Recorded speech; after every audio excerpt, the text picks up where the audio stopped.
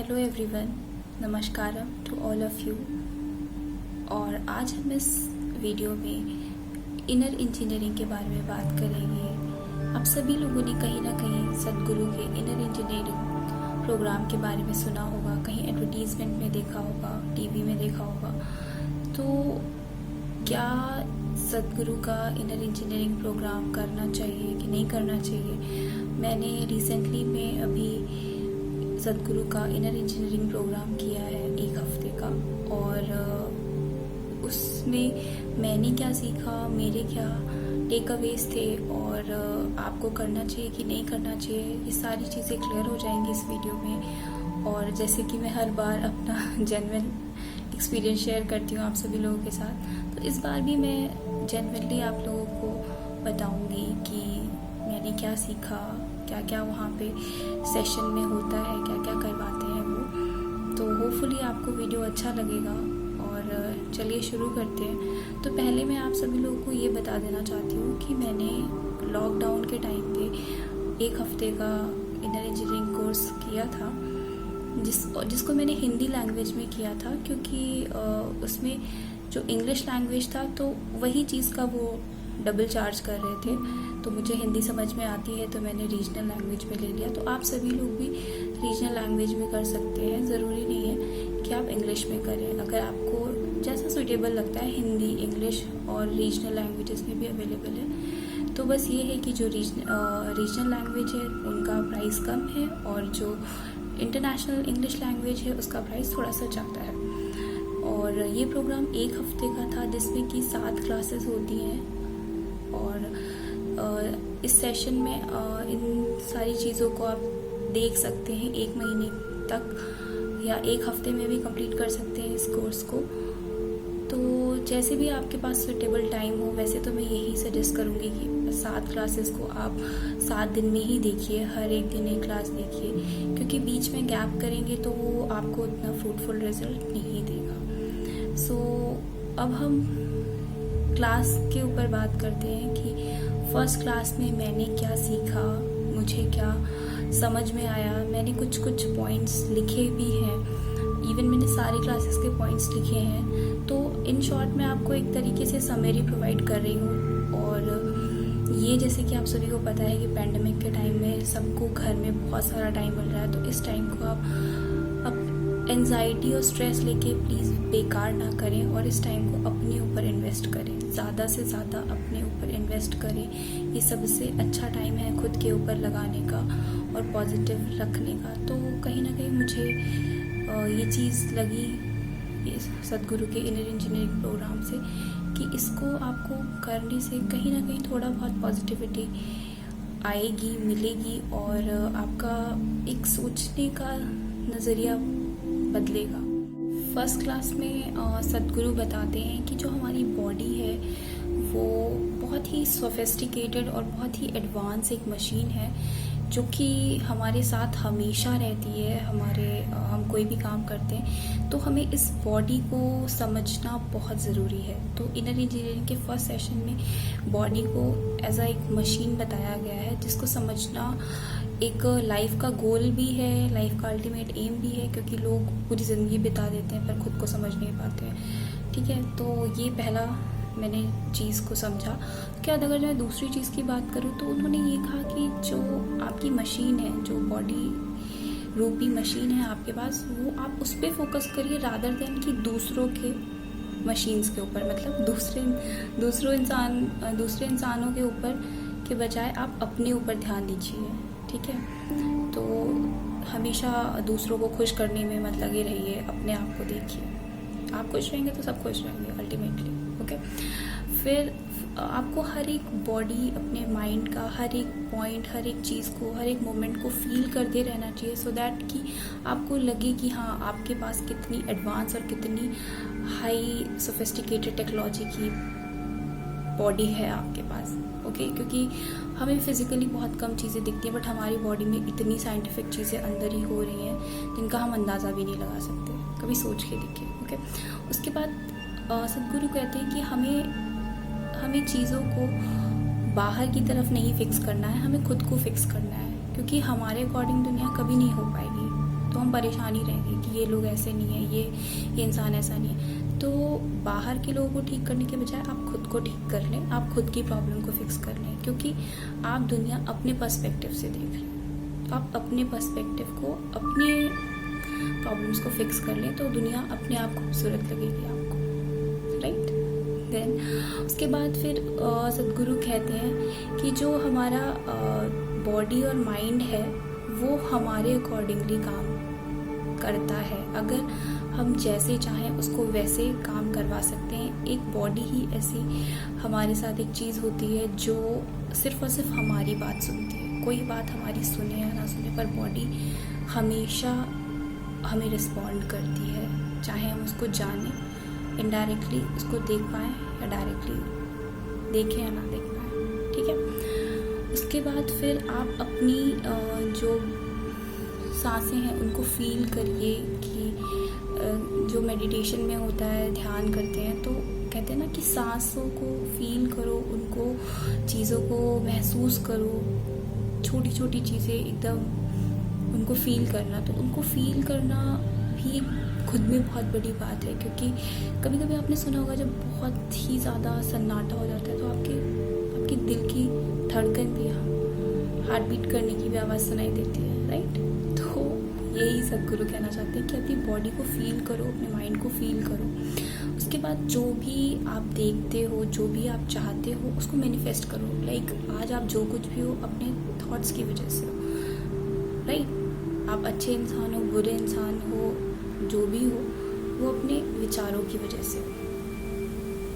तो जो भी आप चाहते हो अपनी लाइफ में या जैसे भी अपने आसपास चीज़ों को चाहते हो वैसा मैनिफेस्टेशन करना शुरू करो, चीज़ों को देखना शुरू करो, मैनिफेस्ट करो, तो वैसे ही मैनिफेस्टेशन होगा, राइट। उसके बाद अगर मैं बात करूं कि कभी कभी हम लोग जो कुछ चीज़ें होती हैं हम शॉर्ट टर्म के लिए करते हैं अपनी लाइफ में, जैसे गए बार में दारू पी ली, तो शॉर्ट टर्म के लिए तो लगता है हमें बहुत प्लेजर मिल रहा है, लेकिन लॉन्ग टर्म में हैंगओवर उसका नहीं उतर रहा है, उल्टी हो रही है, बीमार हो गए।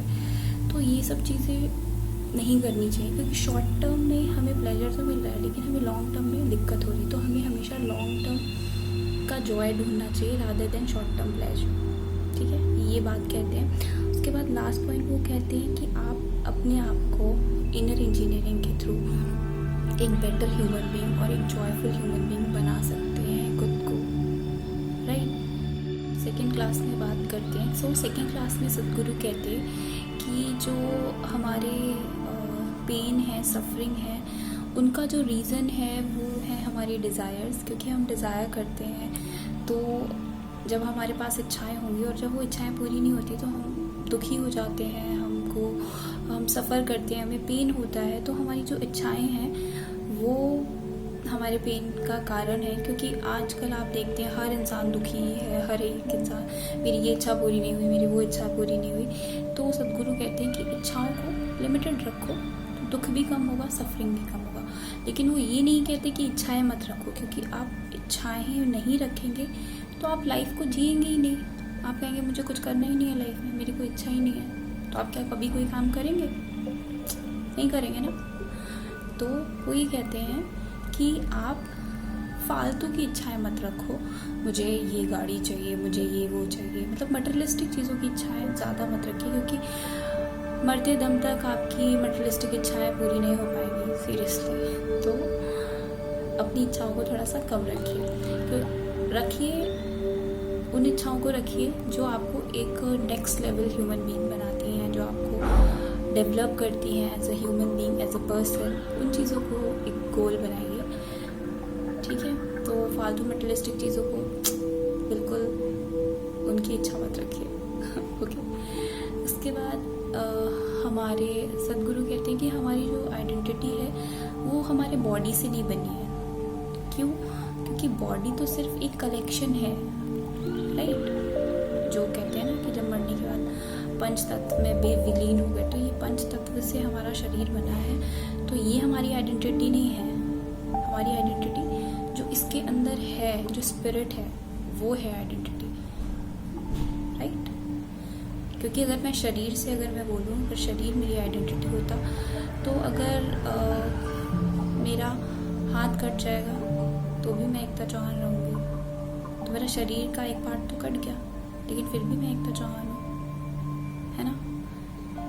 या फिर समझिए मेरे दोनों पैर कट जाते हैं तो भी कोई मुझे ये तो नहीं कहेगा बिन कि मैं एकता चौहान नहीं हूँ, मैं आधी एकता चौहान हूँ, है ना। लेकिन अगर किसी चेयर के दोनों पैर टूट जाते हैं, मतलब उसके जो चेयर है उसके अगर स्टैंड निकल जाता है तो क्या वो चेयर रहेगी?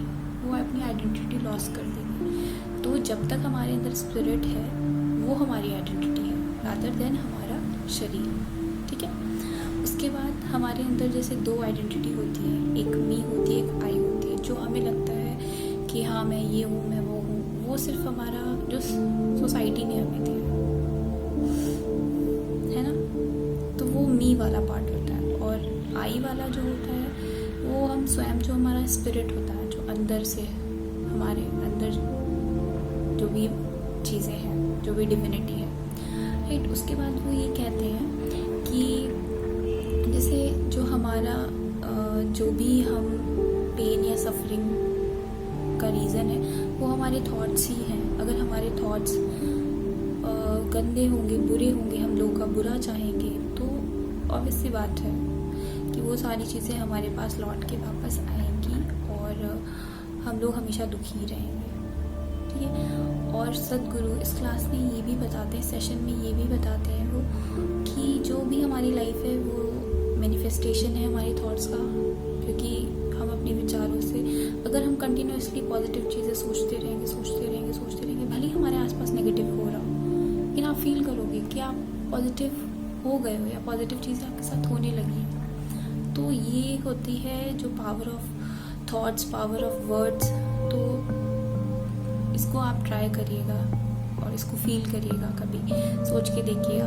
उसके बाद सद्गुरु कहते हैं कि आप पूछिए खुद से कि आप कौन हैं। अगर आप दूसरे से पूछेंगे जाके तो सब मजाक उड़ाएंगे, लेकिन आप खुद से, अपने आप से इस क्वेश्चन को आउटवर्ड की जगह इनवर्ड कर दीजिए। ऐसे पूछने की जगह ऐसे कर लीजिए कि मैं कौन हूँ। किसी और से मत पूछिए कि मैं कौन हूँ, ठीक है। उसके बाद जो भी आप चीज़ करते हैं, जो भी नेचर के एक बेसिक फॉर्म में इन्वॉल्व रहिए, बिल्कुल एकदम नेचर के क्लोज चीज़ों को रह के करिए, और जो भी काम कर रहे हैं उसको फुली इन्वॉल्व होके करिए, जस्ट लाइक अ किड। जैसे एक छोटा बच्चा होता है, वो अपने आसपास हर एक चीज़ में इतना इन्वॉल्व होके, खुशी होके, अगर उसको वो मिट्टी भी खा रहा है तो इतना इन्वॉल्व होके खाएगा, उसको दुनिया का सबसे बड़ा सुख मिलेगा उसमें। या अगर रो रहा है तो भी इतना इन्वॉल्व होके रोएगा कि पूरा घर को सर पे उठा लेगा, राइट। तो ये सेकंड क्लास। थर्ड क्लास में सद्गुरु हमें बताते हैं कि हमारे आसपास जो भी हो रहा है, जो भी चीज़ें हो रही हैं, हम उसके लिए सोलली रिस्पॉन्सिबल हैं। हमें ब्लेम नहीं करना चाहिए कि मेरी लाइफ में जो भी हो रहा है इसके ज़िम्मेदार कोई और है या इसका ज़िम्मेदार कोई और है। और हमें ब्लेम गेम नहीं खेलते रहना चाहिए कि ये इसकी वजह से हो रहा है, ये उसकी वजह से हो रहा है। तो जो भी लाइफ में हो रहा है, जो भी हमारी सराउंडिंग में हो रहा है, कहीं ना कहीं हम हर चीज़ के लिए रिस्पॉन्सिबल हैं। और इसको आप, इस रिस्पॉन्सिबिलिटी को एक्सेप्ट करें या डिनाई करें, उससे कोई फ़र्क नहीं पड़ता है नेचर को। आप रिस्पॉन्सिबल हैं तो हैं, ठीक है। तो इट्स बेटर कि to accept it so that you will feel more happy and joyful, right. तो आपको हर चीज़ के लिए, आप हर चीज़ के प्रति जिम्मेदार हैं और अपनी जिम्मेदारी को समझिए। क्योंकि हम कहते हैं ना, मेरा क्या मुझे क्या, ऐसे काम नहीं चलता। आपका ही है और आप ही को होगा, ठीक है। तो ये पहली चीज़ थी। थर्ड सेशन में उन्होंने बताया कि हर चीज़ के लिए हम अपने आसपास जिम्मेदार हैं। उसके बाद अगर मैं बात करूँ तो जो भी मैंने बताया कि जो भी हमारी लाइफ में हो रहा है उसके ज़िम्मेदार हम खुद हैं। जैसे एक छोटा बच्चा हर चीज़ की जिम्मेदारी, हर चीज़ को एक जॉयफुली, लाइवली होके करता है ना, वैसे ही आपको रिस्पॉन्ड करना है। मतलब आप जैसे, अगर मैं एग्जांपल के तौर पे, जो भी सन है, मून है, ठीक है, जो भी आपके आसपास नेचर है वो आपके बॉडी पे को रिस्पॉन्ड करती है, राइट। पर आपको ये चीजें पता हो या नहीं पता हो, उसको नेचर से कोई फर्क नहीं पड़ रहा है, पर आपका बॉडी रिस्पॉन्ड कर रहा है, आपकी बॉडी यूनिवर्स के अकॉर्डिंग रिस्पॉन्ड कर रही है, ठीक है। तो आपके आसपास जो भी चीजें हो रही हैं उससे as a child actively respond करें, एकदम इन्वॉल्व होके। और जो नेचर जो होती है वो आपको चॉइस नहीं देती कि आप इसके लिए जिम्मेदार हो कि नहीं हो। जैसे पैंडमिक है, कोविड का ही हम एग्जांपल ले लें, तो सब लोग कहेंगे हाँ हम जिम्मेदार नहीं है, हम जिम्मेदार नहीं है। डायरेक्टली इनडायरेक्टली लोग कह रहे हैं हम जिम्मेदार नहीं है, पर कहीं ना कहीं हम रिस्पॉन्सिबल हैं इस चीज़ के लिए,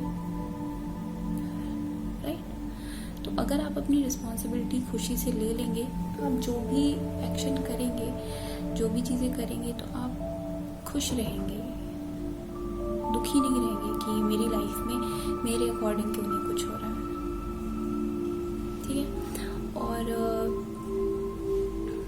जैसे कि मैंने बोला कि ब्लेम नहीं करना है, तो ये 3rd क्लास में बताया था कि आपके आसपास जो भी चीज़ें हो रही हैं, कुछ भी चीज़ें या कुछ भी घटना घट रही है, उसके लिए आप इवन आप यहाँ पे बैठे हैं लेकिन दूर किसी कॉन्टिनेंट में कोई भी चीज़ हो रही है वो भी आपके ऊपर इफेक्ट करेगी। जैसे अगर मैं बात कर लूँ ज्योग्राफी में, एक ट्रेड विंड्स होती हैं, ठीक है, वेस्टर्लीज नाम है। तो वेस्टर्लीज जो आती हैं वो यूरोप से आती हैं, ठीक है। तो यूरोप से आती हैं जो कि इंडिया में सर्दियों में बारिश करवाती हैं, नॉर्थ में।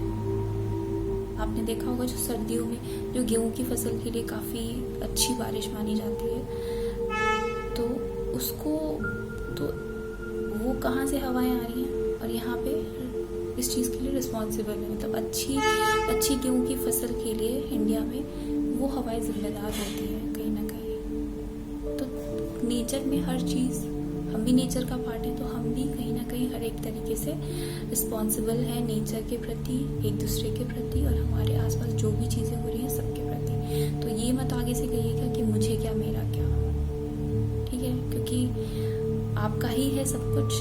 आपको एक कलेक्टिव फीलिंग के साथ रहना है इस इंडिया में, इस प्लैनेट पे, और बिना किसी डिस्क्रिमिनेशन के। तो आप बहुत हैप्पी रहेंगे, आप लोगों के लिए मदद के लिए खड़े रहेंगे, तो लोग आपकी मदद के लिए खड़े रहेंगे हमेशा।